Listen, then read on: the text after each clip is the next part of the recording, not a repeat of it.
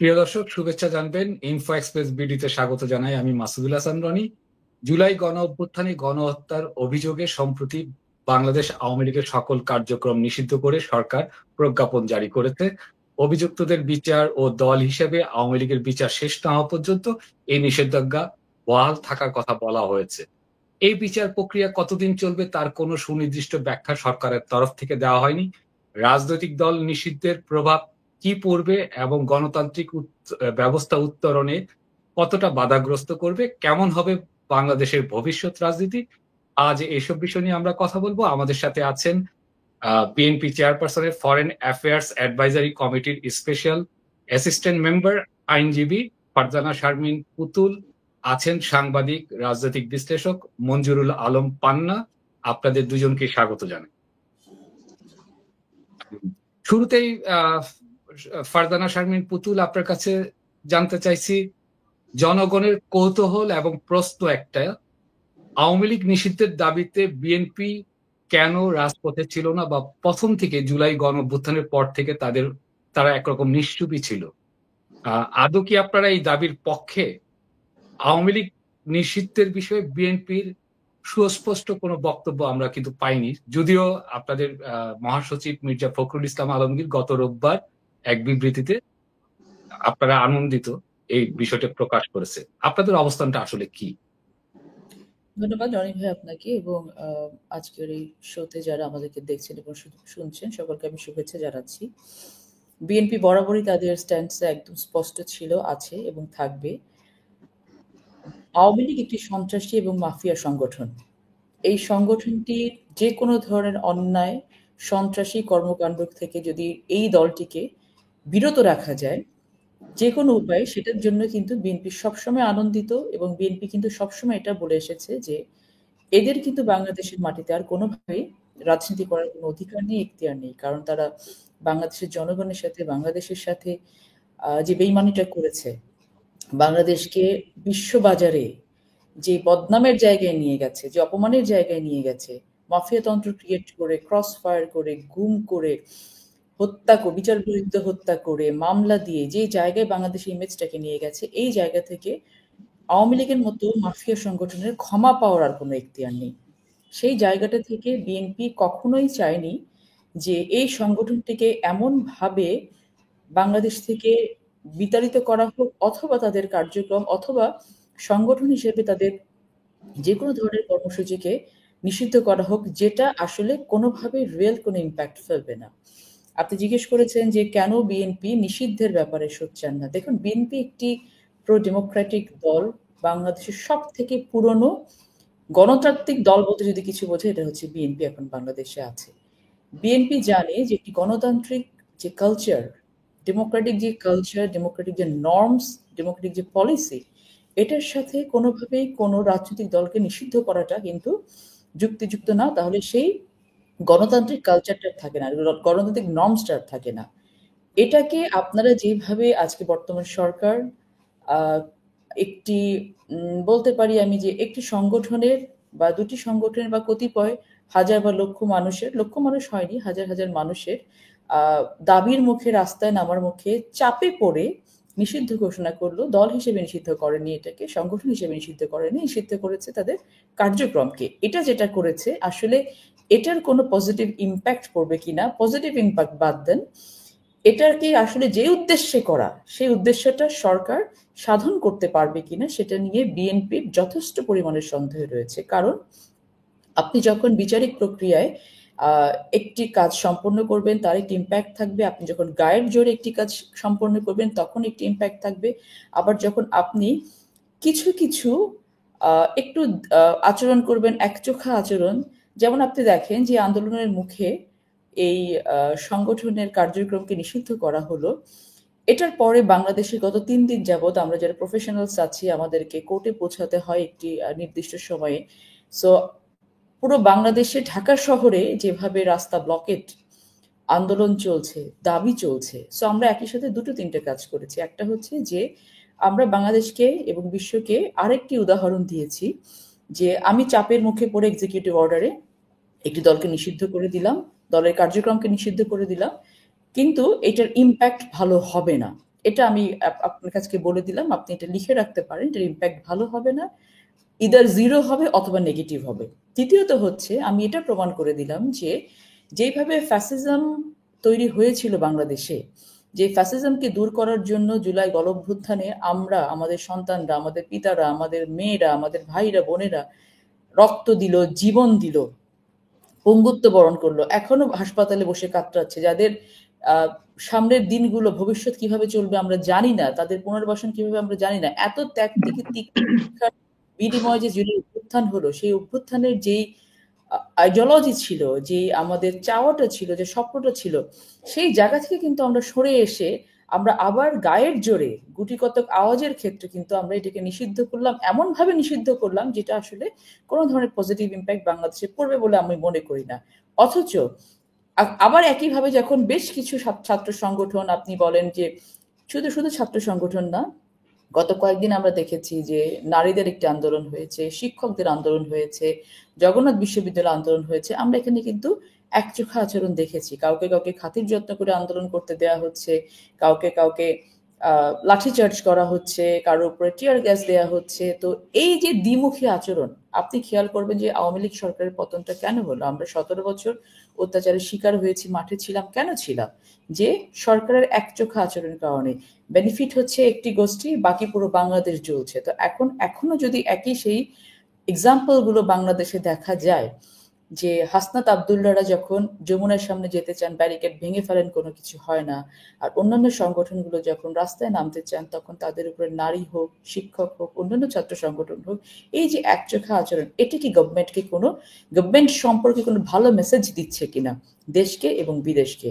So আমার যেটা মনে হয়, বিএনপি যেটা আগেও করেছে, বিএনপির দাবি ছিল আওয়ামী লীগকে বিচারিক প্রক্রিয়ায় নিয়ে এসে সন্ত্রাসী সংগঠন হিসেবে তাকে বিচার করে আওয়ামী লীগের প্রত্যেকটা ইউনিটকে বিচারের আওতায় নিয়ে এসে ন্যায় বিচার নিশ্চিত করা বাংলাদেশের জনগণের জন্য। যেটা এই বিষয়ে আবার আপনার কাছে আসবো। আবার আমি একটু আপনার কথার সূত্র ধরেই মঞ্জুরুল আলম পান্না, আপনার কাছে জানতে চাচ্ছি, ফারজানা শারমিন পুতুল বলছিলেন আন্দোলনে এক ধরনের বৈষম্যর কথা। আমি একটু জানতে চাচ্ছি, জগন্নাথ বিশ্ববিদ্যালয়ের ছাত্ররা যখন তাদের 3 দফা দাবি নিয়ে যমুনার সামনে যায়, তারা তো যমুনা দখল করতে যায়নি, তারপরে তাদের উপর সাউন্ড গ্রেনেড মারা হলো, আক্রমণ করা হলো। হাসনাত আবদুল্লাহরা যখন যমুনার সামনে যায়, তাদের গরম থেকে রক্ষার জন্য হাওয়ার ব্যবস্থা করা হয়। এই দাবি আদায়ের আন্দোলনে সরকারি অ্যাকশনে কি ধরনের বৈষম্য আপনি দেখছেন? ধন্যবাদ রনি ভাই, এবং পুতুল আপাকে ধন্যবাদ। তার বক্তব্য শুনছিলাম। আমি এই বিষয়টাতে আসবো একটু বিনয়ের সঙ্গে। পুতুল আপা যে বক্তব্য দিয়েছেন, আমি সেটার সঙ্গে একটু ডিফার করি। মানে যদি স্পষ্ট করে বলি যে বিএনপি আসলে সিদ্ধান্তহীনতার মধ্যে আছে, চরম সিদ্ধান্তহীনতার মধ্যে আছে বড় বড় ইস্যুতে। ইভেন তাদের যে দলীয় কর্মকাণ্ড, আমি বলে দিতে চাই যে বিএনপি যে তৃণমূল পর্যায়ে নেতা কর্মীরা রয়েছেন, তারা খুবই ডেডিকেটেড। আমার অভিজ্ঞতা অন্তত বলে খুবই ডেডিকেটেড, কিন্তু বিএনপির শীর্ষ পর্যায়ের নেতাদের সিদ্ধান্তহীনতার কারণে আওয়ামী লীগ সরকারের সময় বিএনপির আন্দোলনগুলো সফল হয়নি, আমি সেটা বলবো না, চূড়ান্ত পর্যায়ে যায়নি সফলতা। ঠিক একই অবস্থা এখন এই মুহূর্তে দেখছে। আমি যদি স্পেসিফিক্যালি, আপনি যে আওয়ামী লীগ প্রসঙ্গে বললেন, নিষিদ্ধ করার ক্ষেত্রে বিএনপি স্পষ্ট অবস্থান নেয়নি কেন, এই প্রশ্নটি আমারও। পুতুল আপা এই মুহূর্তে যে কথাগুলো বললেন, দেখুন তার কথার মধ্যেও কিন্তু স্ববিরোধিতা রয়েছে। তিনি স্বাগত জানাচ্ছেন। বিএনপি মহাসচিব যেদিন নির্বাহী আদেশে নিষিদ্ধ করা হলো, তার একদিন আগে সম্ভবত চট্টগ্রামে তিনি বললেন যে বাংলার 18 কোটি মানুষ আওয়ামী লীগকে দেখতে চায় না। এটি হতে পারে, দেখতে চায় না, এই থেকে কিন্তু সরকার মেসেজ পেয়ে গেল। হাসনাত আবদুল্লাহ যখন যমুনা থেকে শাহবাগে গিয়ে আন্দোলন করছে আওয়ামী লীগ নিষিদ্ধের দাবিতে, আওয়ামী লীগের বিচার কে না চায়? আওয়ামী লীগের বিচার বলতে আওয়ামী লীগের নেতা কর্মীদের বিচার কে না চায়? আপনি ম্যান টু ম্যান আওয়ামী লীগের নেতা কর্মী আছেন, তাদের সাথে কথা বলেন, প্রত্যেকে বিচার চায়। সাধারণ নেতা কর্মীদের কথা আমি বলছি, যারা লুটতরাজ করেছে, যারা ভয়াবহ দুর্নীতি করেছেন, যারা হত্যা গুমের সঙ্গে জড়িত, যারা বাক স্বাধীনতা হরণ করেছেন, তারা প্রত্যেকেই আওয়ামী লীগের নেতা কর্মীরা বিচার চান। তো বিএনপি চাইবে না তা তো হতে পারে না, আমরা চাইবো না তা তো হতে পারে না। কিন্তু দল হিসেবে নিষিদ্ধ করার যে বিষয়টি, এটিও তো একটি ফ্যাসিবাদিতার পরিচয়। বিএনপি সেখানে স্পষ্ট অবস্থান নিতে পারেনি। বিএনপি এ যাবৎকাল বলে আসছে গত 9 মাস ধরে যে আমরা আওয়ামী লীগ নিষিদ্ধের বিষয়টি জনগণ, নির্বাচন কমিশন এবং সরকারের উপর ছেড়ে দিতে চাই। কোট আনকোট বলছি, জনগণ, নির্বাচন কমিশন এবং সরকারের উপর ছেড়ে দিতে চাই। যখন হাসনাত আব্দুল্লাহরা তুমুল ভয়ে আন্দোলন শুরু করলো, আমরা মানে বেশ অবাকই হলাম। মানুষ কিন্তু আশাহত হয়েছে, আওয়ামী লীগকে সেভ করার জন্য নয়, একটা গণতান্ত্রিক দল হিসেবে বিএনপির অবস্থানে মানুষ আশাহত হয়েছে। আজকে মনে করুন যে যদি বিএনপিকে এই প্রক্রিয়ায় নিষিদ্ধ করা হয়, আপনি বলবেন যে বিএনপিকে নিষিদ্ধ করা হবে কেন, কেন করা হবে সেটা কোনো উত্তর নেই। ধরে নিন করলো, কে বিএনপির পক্ষে কথা বলবে? এবং এটা চরম সত্য কথা। দেখুন, বিএনপির যিনি চরম বিরোধী, তিনিও গত 9 মাসে তারেক রহমানের দূরদর্শিতার প্রশংসা করছিলেন। তারেক রহমান সম্পর্কে যাদের নানান পর্যায়ে অ্যালার্জি ছিল বা সমালোচনা ছিল, তারাও কিন্তু তারেক রহমানের গত 9 মাসের কর্মকাণ্ডে প্রশংসা করেছেন। কিন্তু এই জায়গায় এসে বিএনপি যে সিদ্ধান্তহীনতার পরিচয় দিয়েছে, সবাই অবাক হয়েছে। আমি পুতুল আপার কথা বলছিলাম, পুতুল আপা তার বক্তব্য বলছিলেন যে আওয়ামী লীগকে যে প্রক্রিয়ায় নিষিদ্ধ করা হলো বা একটি রাজনৈতিক দলকে যে প্রক্রিয়ায় নিষিদ্ধ করা হলো, এটার ইম্প্যাক্ট কি পড়বে? Either zero neither negative. তারা বুঝতে পারছেন, আবার তারা আনন্দ প্রকাশ করছেন। এটা তো চরম স্ববিরোধিতা।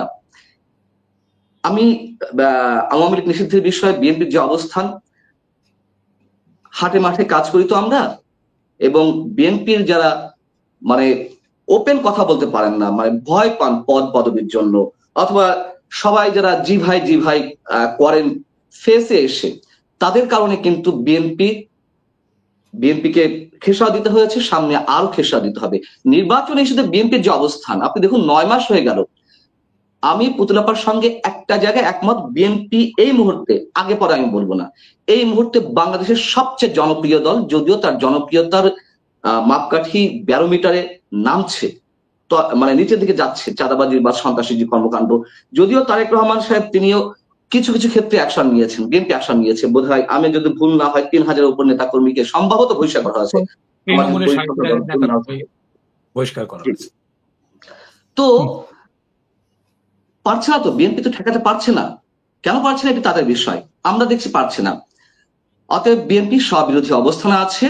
এবং আমি আমার আশঙ্কা জায়গা থেকে বলছি, একটু আগে বলছিলাম যে বিএনপিকে যদি নিষিদ্ধ করা হয়, দেখুন বাংলাদেশে এখন রাজনীতির যে গতি প্রবাহ, তাতে মনে হচ্ছে নির্বাচন হবে কিনা সেই সন্দেহ প্রকট হচ্ছে। নির্বাচন দেওয়ার তো কোনো প্রশ্নই ওঠে না। জাতীয় আন্তর্জাতিক যে খেলা চলছে বাংলাদেশের ভূখণ্ডে, বিএনপির যে ক্ষমতায় আসার প্রবল সম্ভাবনা দেখা দিয়েছিল সুষ্ঠু নিরপেক্ষ নির্বাচনের মাধ্যমেই, কোন ধরনের মেকানিজম বা কোন ধরনের পেছনে দরজা দিয়ে নয়, মানুষের ভোটেই, সেটি সুদূর পরাহত। আমি আমার ক্ষুদ্র অভিজ্ঞতা থেকে বলছি। আর আপনি যদি বললেন যে বৈষম্যর বিষয়টি, সেটা তো আপনারা নিজেরাই বলেছে, এখানে আর মন্তব্য করার কোনো প্রয়োজন নেই। আমরা গণজাগরণ মঞ্চে যেমন দেখেছিলাম, আওয়ামী লীগ বিরিয়ানির প্যাকেট, হাজারে বিরিয়ানির প্যাকেট সাপ্লাই দিচ্ছিল, পাবলিক টয়লেট নির্মাণ করা হলো, যাবতীয় সব ধরনের সুযোগ সুবিধা দেওয়া হলো। তো গণজাগরণ মঞ্চ তো স্বতঃস্ফূর্তভাবে তৈরি হয়েছিল, পরে এটিকে আওয়ামী লীগ ক্যাশ করেছিল। আজকে সেই একই অবস্থায় সরকার, এই যে আমরা কিংস পার্টি বলি বা জাতীয় নাগরিক পার্টি অথবা সাবেক সমন্বয়কদের নেতৃত্বে গড়ে ওঠা দল, তাদের যে আন্দোলনগুলো প্রতিটিতে তারা প্যাট্রোনাইজ করছে, এটা তো ওপেন সিক্রেট। আর এই কথার সূত্র ধরে একটু আপার কাছে আসতে চাচ্ছি। একটা সময় এই দেশের রাজনীতিতে আওয়ামী লীগ ছিল প্রধান ফ্যাক্টর, আর তারা অ্যাক্ট করত আর বাকিরা সবাই অ্যাকশনের ব্যাপারে রিয়েক্ট করত। এখন রাজনীতিতে মেইন অ্যাক্টর কারা এবং ফ্যাক্টর কারা? 24-এর গণ অভ্যুত্থানের ছাত্র তরুণরা কি এই প্রধান অ্যাক্টর হয়ে উঠছে? জি রনি ভাই, আমি পান্না ভাইয়ের একটু কয়েকটা কথা ছোট একটু উত্তর দিয়ে নিয়ে আমি আপনার প্রশ্নে আসছি। বিষয়টা হচ্ছে যে বিএনপির স্ট্যান্স ক্লিয়ার ছিল এবং আছে, এটা বলেই কিন্তু আমি শুরু করেছি। এক্সিকিউটিভ পাওয়ার দিয়ে কোনো দলকে নিষিদ্ধ করার পক্ষে বিএনপি কোনোদিনই ছিল না, এখনো নেই, ভবিষ্যতেও থাকবে না। সেটার কারণ হিসেবে আমি ব্যাখ্যা করেছি যে গণতান্ত্রিক যে কালচার, যে নর্ম, সেটার বাইরে গিয়ে এটা, এবং বিএনপির মতো গণতন্ত্রের চর্চা বাংলাদেশে কোনো দল আর কখনো করেনি, করবেও না। বাংলাদেশের সবগুলো দলকে হয় স্বৈরশাসক হিসেবে তকমা দেওয়া হয়েছে, অথবা রাজাকার হিসেবে তকমা দেওয়া হয়েছে, অথবা মাফিয়াতন্ত্র হিসেবে তকমা দেওয়া হয়েছে। বাংলাদেশ জাতীয়তাবাদী দল বিএনপি একটি দল, এখন পর্যন্ত তাদেরকে কোনো ধরনের তকমা কেউ কোনোখানে দিতে পারেনি। সেই জায়গা থেকে কোনোভাবেই, আমি আবার বলছি, কোনোভাবেই কোনো রাজনৈতিক দলকে নিষিদ্ধ করার পক্ষে বিএনপি নয়। আমাদের মহাসচিব যে বক্তব্যটা দিয়েছেন সেটা এই জায়গাটা থেকে, যদি আমি একটু ব্যাখ্যা করে বলি তাহলে হয়তো পান্না ভাইরা বুঝতে পারবেন। আমরা আপনি মাঠে ঘাটে যান, হয়তো আমরা একেবারে তৃণমূলের রাজনীতি করি, এখনো বিএনপির একজন খুব ক্ষুদ্র কর্মী হিসেবেই মাঠে ঘোরাফেরা করি। আমরা যখন এলাকাতে যাই, আমি কয়েকদিন আগে একটি শোতে বলে এসেছিলাম, আমার এলাকা হচ্ছে, আমার নির্বাচনী এলাকা লালপুর, নাটোর ১। সেখানে ঈদের দিন সকালবেলা, রমজান ঈদের দিন সকালবেলা জয় বাংলা স্লোগান দিয়ে ওপেন ফায়ারিং করে নামাজ থেকে বের হয়ে, সেখানে আমার 2জন কর্মী আহত হন, একজন পঙ্গুত্ব বরণ করেন। ওদিনই মামলা হয়, বাট আজকে পর্যন্ত একজন আওয়ামী লীগের কর্মীকে, একজন আওয়ামী লীগের সন্ত্রাসীকে গ্রেফতার করা এই সরকারের পুলিশের পক্ষে সম্ভব হয়নি। আমরা বিভিন্ন সময় তাদেরকে জানিয়েছি যে আওয়ামী লীগের সন্ত্রাসীটা ওখানে আছে, তারা ওখানে ভিড় করছে, আপনারা এদেরকে নিচ্ছেন না কেন, অ্যারেস্ট করছেন না কেন? এখন পর্যন্ত একজনকে অ্যারেস্ট করে নাই। এই যে আইন শৃঙ্খলা পরিস্থিতির যে অবস্থা, এখান থেকে যদি তাদের এই জয় বাংলা স্লোগান দিয়ে গোলাগুলি করাকে যদি কোনোভাবে নিষিদ্ধ করা যায়, সেটা কিসের জন্য আমি একজন তৃণমূলের পা ফাটা নেতাকর্মী হয়ে আমার নেতার গায়ে, একটা কর্মীর গায়ে হাত দেওয়া মানে কিন্তু আমার গায়ে হাত দেওয়া, সেটা আমি কেন স্বাগত জানাবো না? সেই জায়গা থেকে আমাদের মহাসচিব মির্জা ফখরুল ইসলাম আলমগীর এটাকে সাধুবাদ জানিয়েছেন। কিন্তু বারংবার আমরা বলছি, আপনি বলছেন যে হাসনাত আব্দুল্লাহদের ডাকে আমরা সাড়া দিয়েছি, আমরা তো শাহবাগে যাইনি, আমাদেরকে লোক পাঠানো হয়েছে, বারবার বলা হয়েছে যে আমরা অপেক্ষা করছি।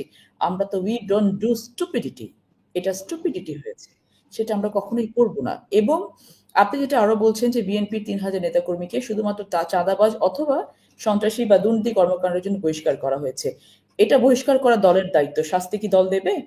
দল এটাও বলেছে যে আপনার দরকার হলে তাদের বিরুদ্ধে ফৌজদারি আইনে যে কোনো ধরনের মামলা করতে পারেন, যেটা আইনের মধ্যে পড়ে সেটা করতে পারেন। এটা এক্সিকিউট করবে গভর্নমেন্টের প্রশাসন, এটা এক্সিকিউট করবে পুলিশ প্রশাসন, এটা এক্সিকিউট করবে আদালত। এই 3000 নেতাকর্মীদের বাইরে গিয়ে সন্ত্রাসী করে, সেটা দায়িত্ব কি দল নেবে নাকি সরকারকে নিতে হবে? এটা আমার কথা হচ্ছে, থামাতে পারছে না, এটা বিএনপির দায়িত্ব না। বিএনপির দায়িত্ব ছিল যে দলকে পরিষ্কার করার জন্য যা করা প্রয়োজন বিএনপি কিন্তু সেটা করছে। দলের ভেতরে যদি কেউ দুর্নীতি করে, দল হিসেবে ব্যবস্থা নিচ্ছে, দলের নেতাকর্মী হিসেবে ব্যবস্থা নিচ্ছে। কিন্তু বাইরে যাওয়ার পরে তারা যে ঘটনাগুলো ঘটাচ্ছে, এটাকে ট্যাকল দিতে হবে সরকারকে, ট্যাকল দিতে হবে প্রশাসনকে। কিন্তু আমরা খুব দুঃখের সাথে দেখছি যে প্রশাসন খুব নিরুত্তাপ, প্রশাসন এগুলো ঘটতে দিচ্ছে, একচোখে আচরণ করছে। তো সেই জায়গাটা থেকে কোনোভাবেই বিএনপি, আপনি এটা বলতে চাচ্ছেন যে হ্যাঁ বিএনপির জনপ্রিয়তা কমে গেছে, বিএনপির জনপ্রিয়তা কমেছে কি বেড়েছে সেটা কিন্তু নির্বাচনের মাধ্যমে প্রমাণিত হবে। আমি এখানে বিএনপির একজন কর্মী হিসেবে বসে বলতেই পারেন জনপ্রিয়তা বেড়েছে, আপনি এখানে বসে বলতেই পারেন বিএনপির জনপ্রিয়তা কমেছে, কিন্তু এটার ব্যারোমিটারটা কি, মাপবে কে? নির্বাচন ছাড়া সম্ভব না। দ্বিতীয় কথা হচ্ছে, এখন রনি ভাইয়ের কোশ্চেনে আসি যে এখন অ্যাক্টর কারা?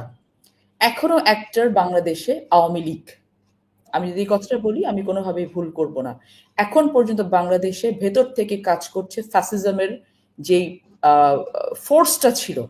আজকে কোন জায়গা থেকে আপনি বের করতে পেরেছেন? আমি যে ঘটনাটা আমার নির্বাচনী এলাকার বললাম, সেখান থেকে আপনি আমাকে কিভাবে সান্ত্বনা দেবেন? আজ পর্যন্ত একটা আসামিকে গ্রেফতার করা হলো না, ভিডিও ফুটেজ পর্যন্ত আছে কারা ওখানে গোলাগুলি করেছে, সে আসামি এখন পর্যন্ত ঘুরে বেড়াচ্ছে। তাহলে আপনি কিভাবে বলবেন যে অ্যাক্টর কারা? পেছন থেকে এখন পর্যন্ত ফ্যাসিজম এই বাংলাদেশকে চালাচ্ছে। আপনি সচিবালয় থেকে শুরু করে, আপনি কোর্ট থেকে শুরু করে, প্রশাসন থেকে শুরু করে, কোথাও আপনি কাউকে দেখেছেন বাদ দিতে? আজকে আপনারা এস আলমের এগেনস্টে ব্যবস্থা নেন কখন? যখন এস আলমের ব্যাংক থেকে সমস্ত টাকা পয়সা ট্রানজাকশন শেষ হয়ে যায়। বসুন্ধরা গ্রুপের এগেনস্টে ব্যবস্থা নেন কখন? অ্যাকাউন্ট ফ্রিজ করতে কখন বলেন? আপনি শিবলি রুবায়েতের এগেনস্টে ব্যবস্থা কখন নেন? আজকে সাবেক প্রেসিডেন্ট বাংলাদেশ থেকে চলে যাওয়ার পরে আপনি আওয়াজ তুলছেন, তিনি গেলেন কিভাবে? উনি যাবেন না কেন? ওনার কি দেশ ত্যাগের উপরে কোনো নিষেধাজ্ঞা ছিল? ওনার বিরুদ্ধে এমন কোনো মামলা ছিল যে উনি দেশ ত্যাগ করতে পারবেন না? উনার বিরুদ্ধে মামলা দিল কিশোরগঞ্জের একটা কি মার্ডার কেস। উনি কি মার্ডার করতে গেছেন কোনোখানে? উনি বাংলাদেশকে খুন করেছেন। 10টা বছর ফ্যাসিজম ক্রিয়েট করার পেছনে যাদের যাদের দায় ছিল, তৎকালীন রাষ্ট্রপতি তো সেই দায় এড়াতে পারেন না। তাহলে আপনি কেন রাষ্ট্রদ্রোহ মামলা তার নামে হলো না এই 8 মাসে 9 মাসে? উনি চলে গেছেন, এরপর আপনি আওয়াজ তুলছেন। সো এগুলো কিন্তু সিম্পলি বলা যায় যে বাংলাদেশে এখন রাজনৈতিক ফ্যাক্টর হিসেবে, অ্যাক্টর হিসেবে, সবকিছু হিসেবে পেছন থেকে কাজ করছে ফ্যাসিজম এবং ফ্যাসিজম, এবং যেটার বিরুদ্ধে গত 17 বছর বিএনপি লড়াই করেছে, এখনো লড়াই করছে, ভবিষ্যতে লড়াই করবে, যে জনগণকে, বাংলাদেশের স্টেক হোল্ডারকে বাংলাদেশ ফিরিয়ে না দেওয়া পর্যন্ত এই লড়াইয়ের পথে সাংগঠনিকভাবে, নিয়মতান্ত্রিকভাবে বিএনপি ছিল, আছে এবং ভবিষ্যতেও থাকবে ইনশাআল্লাহ। আচ্ছা, আপনার কাছে আবার আসবো। জনাব মঞ্জুরুল আলম পান্না, আপনার কাছে একটু জানতে চাচ্ছি, আওয়ামী লীগ নিষিদ্ধের বা তাদের কার্যক্রম নিষিদ্ধ করার পর যদি 38-এর সংবিধানে যে 38-এর ধারায় রাজনীতি করা এবং ব্যক্তির মত প্রকাশের যে বিষয়টা আছে সেটা তো রহিত হয়ে গেল, কিন্তু তৃণমূল পর্যায় থেকে শুরু করে সর্বস্তরে আওয়ামী লীগের যে লক্ষ লক্ষ নেতা কর্মী রয়েছে তাদের কি হবে, তাদের রিয়াকশনটা কিরকম হতে পারে পরবর্তী সময় বাংলাদেশকে অস্থিতিশীল করে তোলা ক্ষেত্রে, বা বাংলাদেশের রাজনীতি কোন দিকে যেতে পারে, আপনার একটু পর্যবেক্ষণ জানতে চাচ্ছি। এটা আমি কেন বলবো, এটা যারা করছে, যারা এই ধরনের মানে কর্মকাণ্ড তারা বাস্তবায়ন করছে, তারা নিজেরাও জানে এইভাবে একটা দলকে নিষিদ্ধ করে রাখা যায় না। আমরা সাময়িক একটা তৃপ্তি পেতে পারি। দেখুন 5 আগস্টের আগে আওয়ামী লীগ তো জামায়াতকে নির্বাহী আদেশে নিষিদ্ধ করেছিল, তাই না? সম্ভবত 2-3 দিন আগে। কোন সুস্থ মস্তিষ্ক সম্পন্ন মানুষ, কোন রাজনৈতিক সচেতন ব্যক্তি সেটাকে সাপোর্ট করেছিল? করেনি। আওয়ামী লীগ তো 1971-এর 25শে মার্চ নিষিদ্ধ হয়েছিল ইয়াহিয়া দ্বারা। সেই আওয়ামী লীগের নেতৃত্বেই তো মুক্তিযুদ্ধ সংঘটিত হয়েছিল। আচ্ছা, বিএনপিকে যে প্রায় মানে আমি বলবো 15.5 বছর একেবারে রাজপথে নামতে দেয়নি বলা চলে। যখনই কোনো প্রোগ্রাম থ্রো করেছে, যখন হয়তো মাঠে নেমেছে, জনসভার আয়োজন হয়েছে, আবার পুলিশের টিয়ার শেল, আবার পুলিশের লাঠিপেটা, সাউন্ড গ্রেনেড ইত্যাদি ইত্যাদি আমরা দেখেছি। তাতে কি বিএনপির খুব ক্ষতি হয়েছে? হয়নি তো। বিএনপি আরো শক্তিশালী হয়েছে। জামাতকে যে 3 বার স্বাধীনতা পরে 3 বার নিষিদ্ধ করা হলো, সেই জামাত নিষিদ্ধ হয়ে গেছে? হয়নি। এর ইম্প্যাক্টটা নেগেটিভ হয়, নেগেটিভ হয়, এটা সবাই জানে। এটি বোদ্ধা হিসেবে আমার নিজেকে প্রমাণ করা দরকার নেই যে আমি বোদ্ধা, আমি এইভাবে বলছি, এটা সবাই জানে, ভেরি সিম্পল। এবং ইতিহাস সেটি বলে। শুনুন, ফ্যাসিজম যদি হয়ে থাকে সেটিও তো একটা আদর্শ। স্বৈরতান্ত্রিক মানসিকতা, গণতান্ত্রিক মানসিকতা, যাই বলেন না কেন, সেটিও একটা আদর্শ। জামাতকে আপনি পছন্দ করুন আর না করুন, সেটিও একটা আদর্শ। কোন আদর্শকে আইনের বেড়াজালে বন্দি করে এটা নিষিদ্ধ করা যায় না, বা এর কার্যক্রম বন্ধ করা যায় না। আরেকটা সিম্পল উদাহরণ দিই। মনে করুন যে বঙ্গবন্ধুর ছবি শ্রদ্ধা করতে হবে, বঙ্গবন্ধুর ছবি অবমাননা করা যাবে না, বঙ্গবন্ধুর ছবি মানে গাছের ডালে পাতায় শিরা উপশিরায় ঝুলিয়ে রাখতে হবে, আইন তো করা হয়েছিল না? এই আইনের কি লাভ হয়েছে? তাতে কি বঙ্গবন্ধুর যে সম্মান সেটি রক্ষা করা গেছে? যে সম্মান করবে সে এমনিতেই করে, যে করবে না তো করবে না। আইন যেটা করা যায় না, আইন দিয়ে কোনো দলও নিষিদ্ধ করা যায় না, আদর্শ নিষিদ্ধ করা যায় না। কিন্তু আমি বারবার দেখুন, আমি ডিসঅ্যাপয়েন্টেড। আজকে মনে করুন যে জুলাই আন্দোলন, জুলাই ঘোষণাপত্র যদি ঘোষিত হয়, কি হবে? সংবিধান মানে এক্সিস্টিং যে সংবিধান সেটা বাতিল হয়ে যাবে, রাষ্ট্রপতিকে অপসারণ করা সহজ হবে, সাথে আরো যে স্পর্শকাতর ইনস্টিটিউশন গুলো আছে তাদের প্রধানদের একেবারে ছুঁড়ে ফেলা যাবে। আচ্ছা, বিএনপি তখন কি করবে? কোন সংবিধান আলোকে ইয়ে করবে? আমি আবারও বলছি, আমি ডিসঅ্যাপয়েন্টেড নই, মানে আমি সাংঘাতিকভাবে ডিসঅ্যাপয়েন্টেড, এবং এমন কোন মানুষ নেই যে ডিসঅ্যাপয়েন্টেড নন বিএনপির আচরণে। আমি বিএনপির রাজনীতি, দেখুন আমি বিএনপির রাজনৈতিক কর্মী নয়, না আওয়ামী লীগের রাজনৈতিক কর্মী না, একজন সাংবাদিক হিসেবে, সংবাদ কর্মী হিসেবে বিএনপির এই অবস্থান আমার কাছে এখনো রহস্যজনক মনে হয়। যে বিএনপির চাপে তো রাষ্ট্রপতি অপসারণটা বন্ধ করা গেল, তাই না? বিএনপির চাপেই তো ঘোষণাপত্রটি দেওয়া হলো না, জুলাই ঘোষণাপত্র। তার কারণ জানে বিএনপি যে কি হতে যাচ্ছে। তাহলে এই মাঝপথে এসে যখন অবস্থা আরো ভয়ঙ্কর অবস্থায় পৌঁছছে, কেন বিএনপির এই সিদ্ধান্ত নিতে হলো? এবং পুতুলাপা যে কথাটি বলছিলেন, এটাই পলিটিক্যাল কথা। তার অবস্থান থেকে তিনি এটি বলবেন, বিএনপির একজন সম্মানিত সদস্য হিসেবে, বা নিশ্চয়ই গুরুত্বপূর্ণ জায়গায় আছেন, আমরাই তো অবাক হই না। কিন্তু আমার মনে হয়, দেখুন, দলীয় ফোরামে তাদের এই বিষয়গুলো আলোচনা করা উচিত। তিনি যে বললেন যে 3000 কর্মী বা নেতাকে বহিষ্কার করা হয়েছে, বাকিদেরকে করে না কেন, এটা প্রশাসনের বিষয়। আমার কথা হচ্ছে, দেখুন, প্রশাসন সাংঘাতিকভাবে খেলছে। এই যে চাঁদাবাজি করার সুযোগ দিয়ে দেওয়া হয়েছে, কাউকে ধরা হচ্ছে না, এই ব্লেমটা গিয়ে কোথায় গিয়ে পড়ছে? বিএনপির কাঁধেই তো। এটা অন্য কোনো দলের উপর পড়ছে না, এটি সরকারের কাঁধেও পড়ছে না। সরকার চাইছে এটি যে বিএনপি করুক, তার জনপ্রিয়তা নষ্ট হোক। এবং আমি ডক্টর মোহাম্মদ ইউনূসের ভাষাতেই বলি যে কি পরিমাণ ম্যাটিকুলাস ডিজাইন নিয়ে এগোচ্ছে আমরা হয়তো মানে কেউ কিছু বুঝতে পারছি না। অতএব এর দায়িত্ব সরকারের উপরে দায় চাপিয়ে দিয়ে বিএনপি যে খুব লাভবান হবে এটি মনে করার কোনো কারণ নেই। এবং যেই প্রশ্নটি আপনি করেছেন এর উত্তর আমি দিয়েছি এর মধ্যে, যে এইভাবে দল নিষিদ্ধ করে আত্মতৃপ্তি একটা সুযোগ হয়তো সাময়িকভাবে পাওয়া যায়। আমি নিজের ক্ষমতাটাকে বহিঃপ্রকাশ করাচ্ছি, কিন্তু আপনার মনে হয় যে বিএনপিকে নিষিদ্ধ করে, মনে করুন যে এক্সিকিউটিভ অর্ডারে বা বিচারিক প্রক্রিয়ার মাধ্যমে বিএনপি নিষিদ্ধ হলো, বিএনপির যে আদর্শ বা তার যে ভাবধারা তৃণমূলে গ্রথিত, এটি ধ্বংস করা যাবে? কোনোভাবে যাবে? ঠিক আওয়ামী লীগ ফ্যাসিবাদ হোক, স্বৈরাচার হোক, যাই হোক না কেন, তার যে নেতাকর্মী তাদের ভিতরে এখান থেকে সরানো যাবে? প্রশ্নই ওঠে না। যেহেতু সময় সংক্ষিপ্ত, আমি একটু আপনার প্রসঙ্গটা বুঝতে পেরেছি, আপনি যেটা বলতে চেয়েছেন। আমি একটু আপার কাছে আবার ফিরে আসতে চাচ্ছি। আপনারা তো নির্বাচন নিয়ে খুব শুরু থেকেই আপনারা বলে আসছেন, রোড ম্যাপ চেয়েছেন, কিন্তু সেটা দেওয়া হয়নি। আওয়ামী লীগকে নিষিদ্ধ করে সরকার কি নির্বাচনকে বিলম্বিত করতে চাইছে আপনার মনে হচ্ছে? গত 8 মাসে যেটা করার কথা ছিল সেটা হয়নি, এখন এটা হঠাৎ করেই হঠাৎ করে এই আওয়ামী লীগকে নিষিদ্ধ করা হলো। তার মানে কি সরকার ধীর লয়ে এগুচ্ছে নির্বাচনটাকে পিছিয়ে দিয়ে তাদের অন্য কোনো পরিকল্পনা বাস্তবায়নের? দেখুন, সরকার খুব হ্যাফাজার্ডলি এগোচ্ছে শুরু থেকে। এই হ্যাফাজার্ডলি এগোনো সত্ত্বেও কিন্তু being the largest political party of Bangladesh, আমরা কিন্তু তাদেরকে সবসময় বলেছি যে আমাদের 100% কোঅপারেশন আপনারা পাবেন, কারণ আমরা জানি যে যে অবস্থায় আপনারা এসে দায়িত্ব নিয়েছেন এটা পৃথিবীর ইতিহাসে খুবই একটি এমন ঘটনা, একটি ইউনিক স্টেজ বাংলাদেশ পার করছে। সো এই ইউনিক স্টেজে যদি আমরা বারংবার সবাইকে দোষারোপ করতে থাকি, কোঅপারেট না করি, তাহলে আমরা এগোতে পারবো না। সেই জায়গা থেকে কিন্তু আমরা গভর্নমেন্টকে শুরু থেকে কোঅপারেশন দেওয়ার কথা বলে এসেছি। শুধু গভর্নমেন্টকে না, গভর্নমেন্টের প্রশাসনকে, সব জায়গাতে, যে আমরা স্টেবল বাংলাদেশ করার জন্য যা যা প্রয়োজন আপনারা করেন। কিন্তু সরকার প্রথমে তারা হানিমুন পিরিয়ড পার করলেন, ভাবলাম যে হয়তো তারপরে তারা এইগুলো নিয়ে কথা বলবেন, কাজে এগোবেন। স্টিল টুডে সরকারের আচরণের যে বহিঃপ্রকাশ, তাতে বোঝা যায় যে ভেতর থেকে সরকার অনেক বেশি হ্যাফাজার্ড। তারা কখন কি করছে না করছে, কি করবে, কোনো ধরনের প্ল্যানিং তাদের নাই।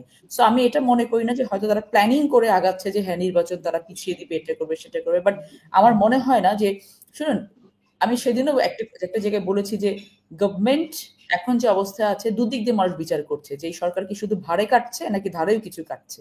সরকারের ভারটা হচ্ছে ডক্টর মোহাম্মদ ইউনূস। বিশ্বব্যাপী ওনার যে ইমেজটা আছে, আমি একজন খুব ছোট্ট মানুষ হিসেবে, বিএনপির ক্ষুদ্র কর্মী হিসেবে, অথবা বাংলাদেশের একজন স্টেক হোল্ডার, একজন নাগরিক হিসেবে, একজন ভোটার হিসেবে, আমি এটা মনে করি না যে ডক্টর মোহাম্মদ ইউনূস তার ইমেজটাকে নষ্ট করার জন্য এমন কোনো কাজ করবে যেটাতে উনি কোয়েশ্চেনেবল কোনো জায়গায় পৌঁছতে পারেন বা কোয়েশ্চেনেবল কোনো ক্যারেক্টার হতে পারেন। ওনার সেই সেন্স আছে, বাট ওনার ক্যাবিনেট হয়তো অনেকে থাকতে পারে, তারা এটা চিন্তা ভাবনা করলেও করতে পারে। এটা আমার কাছে ডেফিনেট কোনো ইনফরমেশন যেহেতু নেই, সেহেতু আমি আপনাকে এটা বলতে পারবো না। আমি আপনাকে একটা কথা, সেদিন আমি তৃতীয় মাত্রাতে একটা প্রোগ্রামে গিয়েছিলাম, তো ওখানে স্ক্রোলিং করতে করতে নিচে একটি কমেন্ট দেখলাম, আওয়ামী লীগের একজন কমেন্টটা করেছেন যে আরে ভাই, নিষিদ্ধ তো পলিথিনও করা হয়েছিল, পলিথিন ব্যবহার কি বন্ধ হয়েছে? এক্স্যাক্টলি, নিষিদ্ধ পলিথিনে করা। আমি এই জায়গায় পান্না ভাইয়ের সাথে পুরোপুরি ভাবে একমত। আপনি নিষিদ্ধ করে কখনো মানুষের মন থেকে তো কাউকে সরাতে পারবেন না, এবং বিএনপিও সেটা খুব ভালো করে জানে। নিষিদ্ধ করাটা কোনো ধরনের সলিউশন না। এটা হচ্ছে আওয়ামী লীগকে এই নিষিদ্ধ করার কারণে সব থেকে বেশি বেনিফিটেড হয়েছে বাংলাদেশে আওয়ামী লীগ, সব থেকে বেশি বেনিফিটেড হয়েছে বাংলাদেশে ফ্যাসিজম। এবং এটা হচ্ছে গভর্নমেন্ট বুঝতে না পেরে করেছে এটা আমি বলবো না, এটা গভর্নমেন্ট জানে, বুঝে শুনে গভর্নমেন্ট বোধহয় কাজটা করেছে, যে এই যে বিতর্কিত হওয়ার জায়গাটাকে। কিন্তু আমার আহ্বান থাকবে আপনাদের প্রোগ্রামের মাধ্যমে আমাদের আজকে সরকার প্রধান যিনি আছেন তার কাছে, যে আপনি বিষয়টা আমাদের থেকে ভালো বোঝেন। আপনি একেবারে you are in the situation, inside the situation. আপনার ব্যক্তিগত ইমেজের কারণে কিন্তু আজকে আপনি বাংলাদেশে এখানে এসেছিলেন, এবং এই ব্যক্তিগত ইমেজটাকে নষ্ট করার জন্য আপনার ক্যাবিনেট থেকে থাকে, আপনি ইমিডিয়েটলি সে ব্যবস্থা গ্রহণ করেন। বিকজ ডক্টর মোহাম্মদ ইউনূসের কিন্তু পাওয়ার আর কোনো কিছু নেই, কিন্তু যে পথে গভর্নমেন্ট আগাচ্ছে দায় কিন্তু ডক্টর মোহাম্মদ ইউনূসের উপরে গিয়ে পড়বে। আরেকটা ধন্যবাদ। কথা আচ্ছা, যেটা পান্না ভাই আবার আসবো আপনার কাছে। একটু আমি ছোট্ট করে জানতে চাচ্ছি, আমাদের একদম সময় সংকীর্ণ। আহ, আহ, জনাব মঞ্জুরুল আলম পান্না, অন্য একটা প্রসঙ্গে আসি। আওয়ামী লীগের বিচার চাওয়ার সমাবেশে আমরা দেখেছি জাতীয় সঙ্গীত গাইতে নিষেধ করা হয়েছে, বাধাগ্রস্ত করা হয়েছে। সেখানে একজন অধ্যাপকের নাম নিয়ে বলা হয়েছে এই বাংলা তার, আমি নাম উল্লেখ করতে চাই না। তারপরে বলা হয়েছে বিভিন্ন সময় আমরা দেখেছি জয় বাংলা স্লোগান নিয়েও যারা দিয়েছে বা যারা বলতে চেয়েছে তাদের হেনস্থা করা হয়েছে। আমার এটা কি খুব পরিকল্পিতভাবে করা হচ্ছে? এটা একটা প্রশ্ন। দ্বিতীয়ত ছোট্ট করে বলবেন, আওয়ামী লীগের অনুপস্থিতিতে প্রগতিশীল রাজনীতি কিংবা তাদের অনুপস্থিতিতে উগ্র মৌলবাদের উত্থান হওয়ার কতটুকু সম্ভাবনা আপনি দেখছেন? সম্ভাবনা কেন রনি ভাই, অলরেডি তো আমরা দেখতে পাচ্ছি যে কিভাবে আস্ফালন, মৌলবাদিত্বের আস্ফালন আমরা কতটুকু উত্থান হয়েছে সেটা আমরা সবার কাছে স্পষ্ট। বিষয়টা হচ্ছে যে পরিকল্পনা মাফিক কিনা আপনি একটা জিনিস খেয়াল করেন, ভারত পাকিস্তান যুদ্ধ, সেখানে ৭১ প্রসঙ্গ কেন টেনে নিয়ে আসতে হবে এবং কে টেনে নিয়ে আসলেন? পাকিস্তানের প্রধানমন্ত্রী শেহবাজ শরীফ, তিনি গতকাল পাকিস্তানের একটি প্রদেশে গিয়েছিলেন, যেই পাকিস্তান ভারত যে আমরা বলবো সার্জিক্যাল স্ট্রাইক অথবা প্রাথমিক যুদ্ধ, সেই যুদ্ধে যেসব সৈন্য অংশগ্রহণ করেছে তাদের থ্যাঙ্কস জানাতে গিয়েছিলেন এবং তিনি ওখানে মন্তব্য করেছেন যে যেহেতু এটা নিয়ে বিতর্ক আছে, তারপরে এটি বাস্তবতা, ভারতের যে পরিমাণ ক্ষয়ক্ষতি হয়েছে তার চেয়ে কম ক্ষয়ক্ষতি হয়েছে পাকিস্তানের। সেই দিক থেকে পাকিস্তান তার বিজয় হিসেবে দাবি করছে এটি, এবং এই বিজয়টি হচ্ছে ৭১-এর প্রতিশোধ। আচ্ছা, এখানে কেন ৭১ নিয়ে আসতে হবে? ভারত পাকিস্তান যদিও আমাদের মুক্তিযুদ্ধকে, সাথে উনি বলেছেন এটা বঙ্গবন্ধু এবং তার পরিবারের এই পরিণতির জন্য সেইটাকে দায়ী করেছেন। হ্যাঁ, এটাও বলেছেন। তা আমি একটু আসছি জাতিসংঘের বিষয়টি। তার মানে আমাদেরকে বুঝতে হবে যে এটি পরিকল্পিত। পাকিস্তানের পররাষ্ট্রমন্ত্রী বা উপপ্রধানমন্ত্রী, যিনি একই সঙ্গে দুটি পদে আছেন, ইসাক দার, তিনি গত কয়েকদিন আগে বলেছেন বাংলাদেশ হারিয়ে যাওয়া ভাই আমরা খুঁজে পেয়েছি। হ্যাঁ, ৫ আগস্টের পরে যেই দহরমরম বা একটা উষ্ণ সম্পর্ক গড়ে তোলার চেষ্টা বা সেটি বাস্তবায়নও হয়েছে। পাকিস্তানের জমিয়তে উলামায়ে ইসলাম সম্ভবত তার শীর্ষ নেতা মঞ্জুর মেঙ্গাল, তিনি গত কয়েকদিন আগে বলেছেন যে এই বাংলাদেশ শুধু পূর্ব পাকিস্তান নয়, মূল পাকিস্তানের ভূখণ্ড হবে। দেখুন, আমরা অনেক সময় এগুলো এড়িয়ে যাই, এগুলো কথার কথা ধরে হিসেবে ধরে নিই যে বলা দরকার বলছে, কিন্তু বাস্তবতা আমরা কি দেখছি? শুধু এনসিপির মঞ্চে জাতীয় সঙ্গীতে বাধা প্রদান নয়, বগুড়াতে গত মঙ্গলবার উদীচী সমবেত কণ্ঠে জাতীয় সঙ্গীত পরিবেশন হতে গিয়েছিল, সেখানে বাধা দেওয়া হয়েছে, সেখানে বাধাগ্রস্ত করেছে। হ্যাঁ, আমি সেটাই বলছি, এনসিপি নয়, বগুড়াতেও হয়েছে, উদীচীর কার্যালয় ভাঙচুর করা হয়েছে। শাহবাগে আমি একটা ফুটেজ দেখলাম যেখানে জাতীয় সঙ্গীত গাওয়া হচ্ছে, সামনে স্লোগান দেওয়া হচ্ছে রয়ের দালালেরা হুঁশিয়ার সাবধান, ভারতের দালালেরা হুঁশিয়ার সাবধান। মুক্তিযুদ্ধের কথা বলা মানেই তো আওয়ামী লীগ নয়, জাতীয় সঙ্গীত গাওয়া মানেই তো ভারতের দালালি করা নয়। এগুলো কিসের সিমটম? কেন বিএনপি এখানে ভয়েস গুলো রেজ করছে না আমি বুঝতে পারছি না। দেখুন, বিএনপি হয়তো, আমি সরি টু সে, বিএনপি এখনো সিদ্ধান্তহীনতার মধ্যে আছে। তারা চীনের দিকে এগিয়ে কথা বলবে, নাকি মার্কিন বিরোধী কথা বলবে, নাকি ভারত বিরোধী কথা বলবে, নাকি ভারতের পক্ষে কথা বলবে? সকালে রিজভি ভাই বলেন, রুহুল কবির রিজভি, গায়ের চাদর গায়ের শাল পুড়িয়ে দেন, আবার বিকালে দুদু ভাইরা বলেন যে প্রতিবেশী রাষ্ট্রকে খেপিয়ে লাভ নেই, আমাদেরকে একসঙ্গে থাকতে হবে। আসলে বিএনপি স্ট্যান্ডে কি? আমরা হঠাৎ করে যেন আমাদের ছন্দ পতন ঘটলো আমাদের চিন্তা ভাবনা থেকে। বিএনপি চরম সিদ্ধান্তহীনতার মধ্যে আছে এবং এর জন্য পুরো মানে ভয়ঙ্কর আকারে পে করতে হবে বিএনপিকে, শুধু বিএনপিকে নয়, আমি মনে করি পুরো বাংলাদেশকে পে করতে হবে। ভয়ঙ্কর সময় অপেক্ষা করছে আমাদের। ধন্যবাদ আপনার কাছে। আবার যদি সময় থেকে আসবো, আমি ছোট্ট করে পুতুলাপা আপনার কাছে আবার চলে আসছি। আপনাদের সাথে জামাত ইসলামের পুরনো একটা সখ্যতা রয়েছে, এটা সবাই জানে। হঠাৎ করে জুলাইয়ের পর, অগাস্টের পর আপনাদের সাথে সম্পর্কটা চলছিল ভালোই, তারপরে আমরা সবাই দেখছি আপনাদের সাথে একটা সম্পর্কের অবনমন। মাস কিলিং এর জন্য যদি আওয়ামী লীগকে অভিযুক্ত করে তাদের বিচারের সম্মুখীন করা যায়, ১৯৭১ সালের ভূমিকার জন্য জামাত ইসলামকেও তো একই দায়ে অভিযুক্ত করে তাদের নিষিদ্ধ করা যেতেই পারে। সেখানে আপনারা কি কোনো কথা বলবেন, ভয়েস রেজ করবেন জামাত ইসলামকে নিয়ে? পান্না ভাই বিএনপি স্ট্যান্ড সম্পর্কে এখনো সন্দিহান। আমি তাহলে আবারও আমার ব্যক্তিগত এবং দলের ক্ষুদ্র কর্মী হিসেবে দলের পক্ষের স্ট্যান্সটা আমি পান্না ভাইকে জানাতে চাই। বিএনপির স্ট্যান্স হচ্ছে সবার আগে বাংলাদেশ। বিএনপি ভারতের পক্ষেও কিছু বলবে না, চীনের পক্ষেও কিছু বলবে না, বিপক্ষেও কিছু বলবে না, চীনের এবং ভারতের। বাংলাদেশের বিএনপির স্ট্যান্স হচ্ছে সবার আগে বাংলাদেশ, এবং এই সবার আগের বাংলাদেশ করার জন্য বিএনপিকে ডিপ্লোমেসিতে, বিএনপির দেনা পাওনাতে, বিএনপির ডিপ্লোম্যাটিক কূটনৈতিক রিলেশন রক্ষার জন্য, বিএনপি বাংলাদেশকে ভালোর দিকে নিয়ে যাওয়ার জন্য, বাংলাদেশকে, আজকে বাংলাদেশে কোনো ইনভেস্টমেন্ট নেই, আজকে বাংলাদেশের প্রত্যেকটি স্বায়ত্তশাসিত প্রতিষ্ঠানকে ধ্বংস করা হয়েছে, আজকে বাংলাদেশের বন্ধু কতগুলো আছে, শত্রু কতগুলো আছে, বিগত 15 বছর 16 বছরে গত মাফিয়াতন্ত্র সরকার কি করেছে, এগুলোকে বিএনপিকে ঠিক করতে হবে। আমার ভালো লাগছে পান্না ভাইয়ের কথা শুনে যে সব জায়গাতে তিনি বিএনপিকে টেনে নিয়ে আসেন। Yes, BNP is a big stake of Bangladesh, এবং এটা আমরা জানি যে জনগণও চিন্তা করে, জনগণও ভাবে যে হয়তো বিএনপির একটি স্ট্যান্স অনেক পরিবর্তন বাংলাদেশে নিয়ে আসতে পারবে, এবং বিএনপির মতো অত্যাচারিত নিপীড়িত দল গত 15-16 বছরে একজনও ছিল না, একটিও ছিল না, এবং সেটার উপরে দাঁড়িয়ে থেকে কিন্তু আমরা সামনের বাংলাদেশ গড়ার জন্য অলরেডি আমরা 31 দফা দিয়ে কাজ করছি। সেখানে আমাদের ফরেন পলিসিতে স্পষ্টভাবে বলা আছে যে আমরা সকলের সাথে বন্ধুত্বপূর্ণ সম্পর্ক রেখে সবার আগে বাংলাদেশের ইন্টারেস্টটাকে আমরা আগে হোল্ড করব, ইন্টারেস্টটাকে আমরা আগে সিকিউর করব, তারপরে অন্য কিছু আমরা দেখব। তো এই স্ট্যান্সটা যদি পান্না ভাইয়ের কাছে ক্লিয়ার হয়ে না থাকে, আমি আজকে আবার নতুন করে ক্লিয়ার করে দিলাম। আসেন জামাতের বিষয়ে যে বন্ধুত্বপূর্ণ সম্পর্কের কথা বলছেন, নির্বাচনী অ্যালায়েন্স, নির্বাচনী জোট, পলিটিক্যাল কানেকশন, পলিটিক্যাল যে অ্যালায়েন্স গুলো থাকে, এগুলো রাজনৈতিক ডেমোক্রেটিক সোসাইটিতে, ডেমোক্রেটিক কালচারে, আমি আবার বলবো এটা হচ্ছে খুবই কমন বিষয়। জামাতের সাথেও কিন্তু আওয়ামী লীগের মিলে একসাথে তারা বিভিন্ন সময়ে নির্বাচন করেছে, জোট করেছে। সো এটা কিন্তু এমন কোনো বিষয় না যে করা যাবে না, বা করলে কোয়েশ্চেন কেন করা হবে।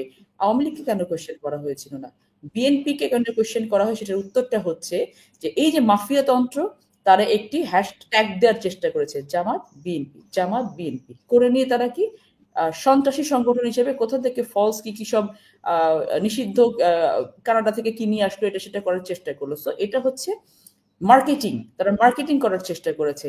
যেই রাজনৈতিক সম্পর্ক জামাতের সাথে আগে ছিল, এখনো আছে, একটি দল হিসেবে বিএনপির যে কোনো নিবন্ধিত দলের সাথে সেই রাজনৈতিক সম্পর্ক ভবিষ্যতেও থাকবে, কিন্তু যতক্ষণ পর্যন্ত সেই রাজনৈতিক দল বাংলাদেশ সবার আগে বা সবার আগে বাংলাদেশ এই স্লোগান নিয়ে এগিয়ে যাবে, ততক্ষণ পর্যন্ত সেই রাজনৈতিক দলের সাথে তারা অ্যালাইন করে বাংলাদেশ গড়ার সাথে সাথে এগিয়ে যাবে। দোষ দেয়া খুব সহজ পান্না ভাই, রনি ভাই, সমালোচনা করা খুব সহজ। রাজনীতিতে সবাই সবার উপরে দোষ চাপাতে চায়। হ্যাঁ, ধন্যবাদ। আজকে অনুষ্ঠান আমরা এখানে শেষ করব। সময় সংক্ষিপ্ততার জন্য অনেক কিছু জানার ছিল, অনেক প্রশ্ন ছিল আপনাদের দুজনের কাছে। কোনো এক সময় আমরা সেই প্রশ্নগুলো নিয়ে আবার হাজির হতে পারবো, সেই প্রত্যাশা করি। প্রিয় দর্শক, দেশের সবচেয়ে পুরনো রাজনৈতিক দল আওয়ামী লীগ জুলাই মাস কিলিং এর জন্য তাদের দলের অভিযুক্তদের গ্রেফতার ও বিচারের মুখোমুখি করা এই মুহূর্তে সরকারের অন্যতম একটা দায়িত্ব, কিন্তু পুরো দলকে নিষিদ্ধ করায় দেশের রাজনৈতিক স্বাধীনতা ও নাগরিক অধিকারের উপর বড় ধরনের প্রভাব ফেলবে বলে মনে করেন রাজনৈতিক বিশ্লেষকরা। আজ এই পর্যন্তই। আমাদের সাথে থাকার জন্য আপনাদের অসংখ্য ধন্যবাদ। আবার দেখা হবে আগামী কোনো পর্বে।